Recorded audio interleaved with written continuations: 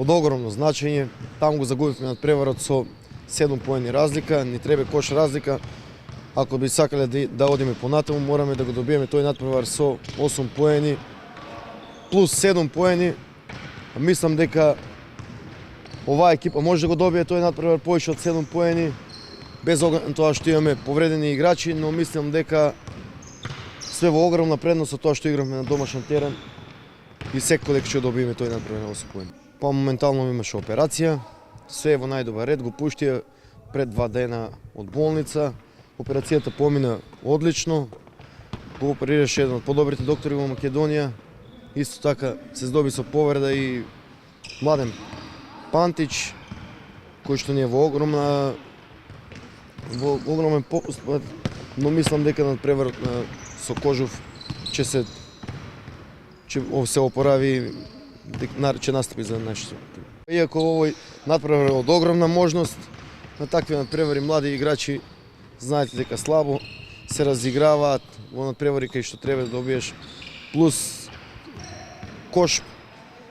Мислам дека Джекич и Пантич ќе бидат спремни за наредниот надпревар и ќе помогнат колку можат, али мислам дека ќе помогнат. Макнел си замина, остана безклучен играч, тие имаат 7 играчи во ротација. Ние имаме 8 на терен, али мислам дека ќе пресуди домашниот терен и ќе пресуди желбата за надигравање и желбата за пласман во тие 4, кај што имаме голема шанса да се пласираме во 4. Следува дуелот со Куманово. Куманово е пред нас со победа, али ние играме со работнички дома. Куманово го добивме тука со 3 поени разлика, што и да правиме, ни треба победа во Куманово или испод 3 разлика да изгубиме, за да би последно коло со работнички, ако го добиеме работнички, да овозможиме пласман во 4. Со оглед на тоа што бевме први на табелата за време на регуларниот дел, како почнавме тежок распоред, една повреда, друга повреда, трета повреда. Сега сме во шанси за да се пласираме во 4, не би рекол дека не е успех.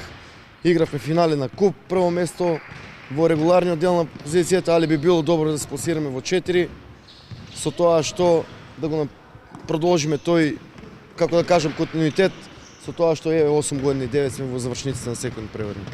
Па МЗТ е прв на табелата, со тоа што ние ако би влегле као четврти, би вкрстили со МЗТ, би било добро да се пласираме во 4, да играме полуфинале. Тука се знае каков ќе биде билансот, но мислам дека може да се покажеме во добро светло и со таа игра која повториме во последниот надпревар тука со МЗТ, мислам дека имаме големи шанси да ги добиеме во Кавадарци, а после за мајсторката еден надпревар, али тоа е многу далеку. Ја мислам дека треба да одиме корак по корак, прво да го добиеме Кожув со 8 поени разлика, да дојде публиката во што поголем број, за тоа што овој надпревар не е еден од поголема важност на преварите оваа сезона.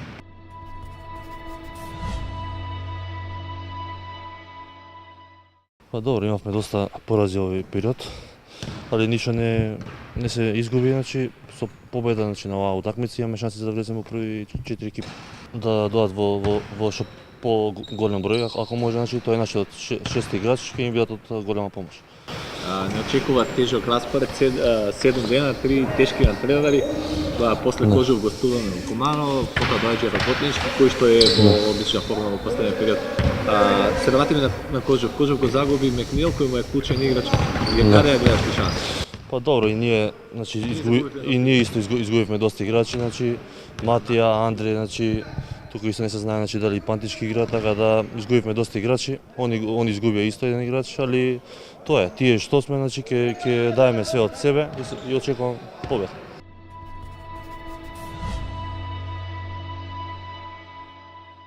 Ја мислам дека ќе го добиеме овој надпревар со голема борба, ако тренерот ни даде шанса на нас помладите да ја искористиме колку што можеме во најдобро светло, да дадеме максимум за тие најкратки минути и мислам дека со добра игра, со борба ќе го добиеме тој најважен надпревар. Одиме првен да го победиме Кожув, а после како ќе даде Господ, така на секој надпревар одиме на победа.